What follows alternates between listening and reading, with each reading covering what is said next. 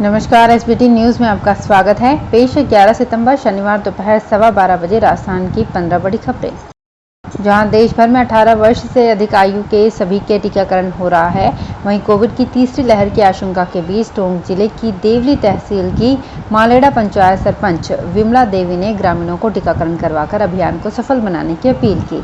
टीकाकरण नहीं करवाने पर सरकार के देय समस्त लाभ रोकने का आदेश जारी किया है। खुद को ग्राम पंचायत का विकास अधिकारी बताकर दो अन्य व्यक्तियों के साथ मिलकर पंचायती राज विभाग में क्लर्क की सरकारी नौकरी दिलाने के नाम पर नागौर जिले के परबतसर थाना क्षेत्र में दो युवाओं से 6 लाख की ठगी करने और फर्जी ज्वाइनिंग लेटर थमाने का मामला सामने आया है। पीड़ित ने युवकों के शुक्रवार को फर्जी ग्राम विकास अधिकारी सहित 3 आरोपियों के खिलाफ मामला दर्ज कराया है। फिलहाल पुलिस ने जाँच शुरू कर दी है। उत्तर पश्चिम रेलवे की प्रिंसिपल सीसीएम अर्चना श्रीवास्तव ने बे टिकट यात्रियों के आवागमन को रोकने के लिए एक नई व्यवस्था शुरू की है। इसके लिए उन्होंने जयपुर सहित चारों मंडलों से कहा है कि सर्वाधिक बे टिकट यात्रियों को पकड़ने वाले टीटीई को जोनल स्तर पर सम्मानित किया जाएगा। शुक्रवार को उन्होंने अजमेर में कार्यरत युवा महिला टिकट कलेक्टर अंकिता कपूर को सम्मानित किया। अंकिता ने अगस्त में बिना टिकट यात्रा करने के सर्वाधिक 123 यात्रियों को पकड़ा। देश में सबसे ज़्यादा यूनिवर्सिटी होने के बावजूद राजस्थान के कॉलेज और यूनिवर्सिटी राष्ट्रीय संस्थागत रैंकिंग फ्रेमवर्क रैंकिंग में फिसड्डी साबित हुआ है।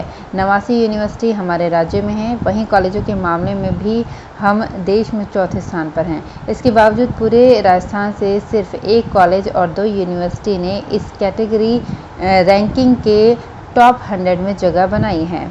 राजस्थान में रजिस्टर्ड 3380 कॉलेज हैं। इनमें जयपुर के SS Jain Subodh PG college को जगह मिली है। ये कॉलेज कैटेगरी में 81वें रैंक पर है।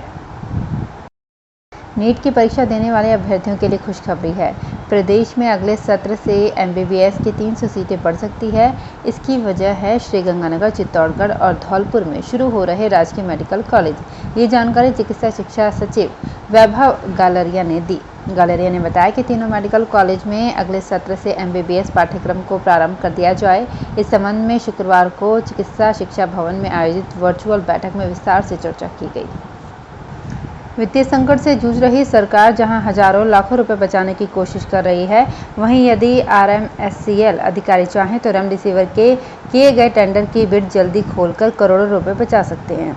वजह यह है कि आरएमएससीएल ने फाइनेंशियल बिड खोलने के बजाय रेट कॉन्ट्रैक्ट दे दिया, जबकि सामने आ रहा है कि यदि फाइनेंशियल बिड खोली जाए तो काफ़ी कम रेट आरएमएससीएल को मिलेगी। आरटीओ को लापरवाही की वजह से जयपुर शहर के 8 जोन में बंटने वाले 20,000 ई-रिक्शा 1 साल बाद भी नहीं बन सके हैं। इससे चार दीवारी में ट्रैफिक जाम की स्थिति बनी हुई है। सुबह शाम ट्रैफिक रेंग रेंग कर चल रहा है। 20,000 में से किसी भी ई-रिक्शा चालक ने अभी तक लाइसेंस भी नहीं लिए हैं। अधिकतर ने इंश्योरेंस भी नहीं करा रखा है। ऐसे में अगर ई-रिक्शा से किसी भी तरह की दुर्घटना होती है तो क्लेम भी नहीं मिलेगा। राजस्थान में उप निरीक्षक पुलिस व प्लाटून कमांडर की लिखित परीक्षा 13 से 15 सितंबर तक प्रदेश भर के विभिन्न केंद्रों में आयोजित की जाएगी।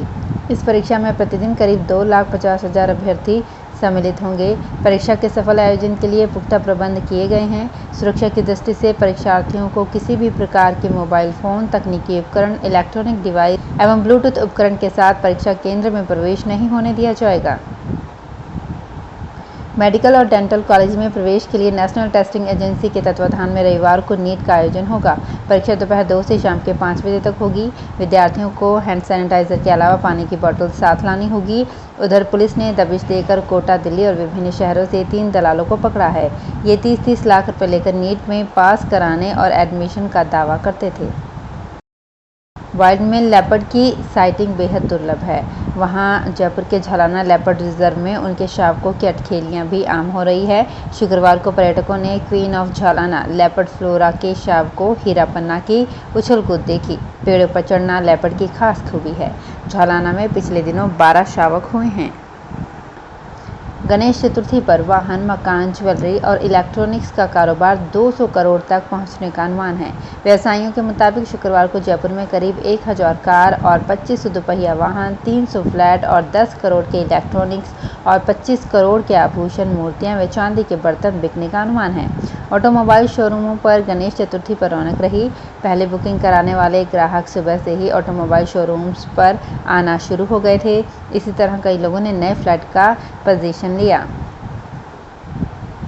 जयपुर के एसएमएस मेडिकल कॉलेज केंद्र के नेशनल इंस्टीट्यूट रैंकिंग फ्रेमवर्क से वर्ष 2021 की मेडिकल कैटेगरी में जारी रैंकिंग में पिछले साल की तुलना में 11 पायदान नीचे आ गया है। 2020 में देश में 27वें नंबर पर होने पर 50.44 स्कोर मिला था, वहीं इस साल 38वें नंबर पर रहने पर 49.65 स्कोर मिला।